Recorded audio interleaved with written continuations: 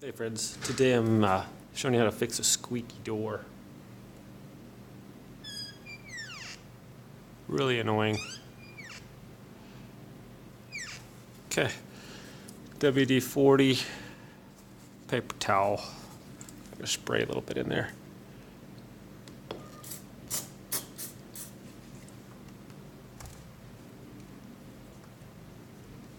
Look at that.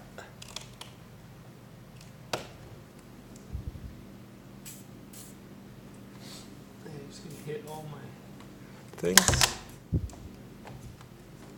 real quick, kind of work it in there. Now we got our paper towel, and we're just gonna wipe off any excess there might be. And go to the other side, wipe that off.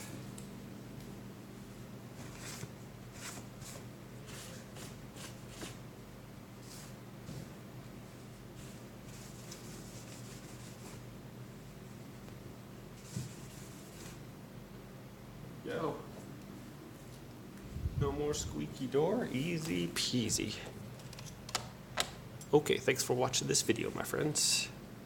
Just spray a little WD-40 on your hinges.